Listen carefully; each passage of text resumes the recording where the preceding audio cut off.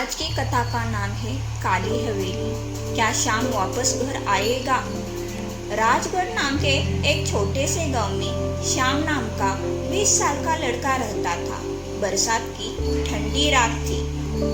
पहाड़ों के बीच बसे छोटे से गांव राजगढ़ में लोग जल्दी ही अपने घरों के दरवाजे बंद कर लेते थे। कारण था गांव के बाहर खड़ी एक पुरानी टूटी हुई हवेली।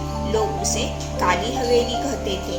कहते हैं जो भी रात के समय उस हवेली के पास गया वो कभी पहले जैसा वापस नहीं आया। गांव में रहने वाला 20 साल का श्याम इन कहानियों को सिर्फ अंधविश्वास मानता था।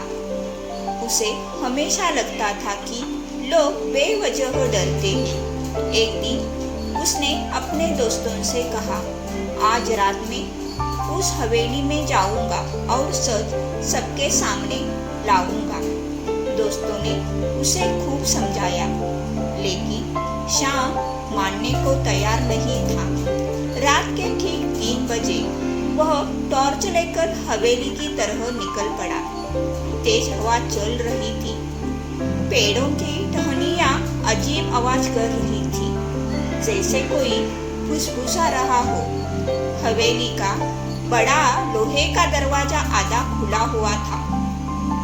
श्याम ने दरवाजा धक्का देकर खोला। अंदर अंधेरा और सन्नाटा था। दीवारों पर जाले थे। फर्श पर टूटी हुई चीजें पड़ी थी। अचानक ऊपर से किसी के चलने की आवाज आई। श्याम का दिल तेज से धड़कने लगा, लेकिन वह धीरे धीरे सीढ़ियां चढ़ने लगा।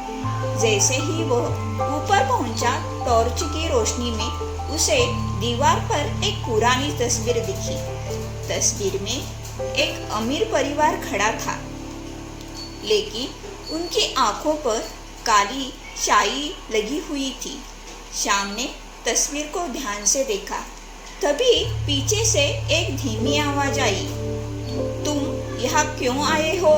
श्याम घबराकर पीछे मुड़ा, लेकिन वहाँ कोई नहीं था। अचानक टॉर्च की रोशनी झपकने लगी और फिर टॉर्च बंद हो गई।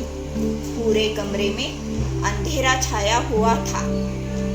तभी सीढ़ियों के पास से किसी के रोने की आवाज आने लगी। श्याम ने डरते हुए मोबाइल की लाइट जलाई और नीचे देखा। सीढ़ियों पर एक छोटी लड़की खड़ी थी। उसके कपड़े पुराने थे, बाल बिखरे हुए थे और उसकी आंखें पूरी तरह काली थी। लड़की धीरे धीरे बोली, तुम भी हमारे साथ रहोगे? श्याम के पैरों तले जमीन खिसक गई। अचानक हवेली के हर कमरे से दरवाजे जोर जोर से बंद होने लगे। दीवारों पर टंगी तस्वीरों से लोगों के चेहरे धीरे धीरे गायब होने लगे। लड़की अचानक हंसने लगी। अब कोई यहाँ से वापस नहीं जाता। श्याम भागने लगा, लेकिन जैसे ही वह दरवाजे तक पहुंचा, उसने देखा दरवाजा बाहर से बंद था और पीछे मुड़कर देखा तो वह लड़की अब अकेली नहीं थी। उसके पीछे वही लोग खड़े थे जो तस्वीरें में थे। अगली सुबह गांव वालों ने हवेली के बाहर श्याम की टॉर्च पड़ी हुई देखी, लेकिन श्याम कभी नहीं मिला। और कहते हैं आज भी रात के 3 बजे उस हवेली की खिड़की में एक नया साया दिखाई देता है।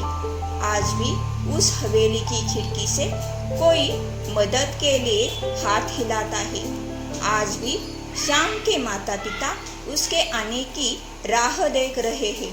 पूरा गांव उसकी आने का इंतजार कर रहा है। क्या मदद के लिए जो हाथ हिलता है वो श्याम है? लेकिन श्याम के माता पिताजी को अभी भी विश्वास है कि एक दिन श्याम जरूर घर आएगा। यह कहानी आपको कैसी लगी कमेंट करके जरूर बताना।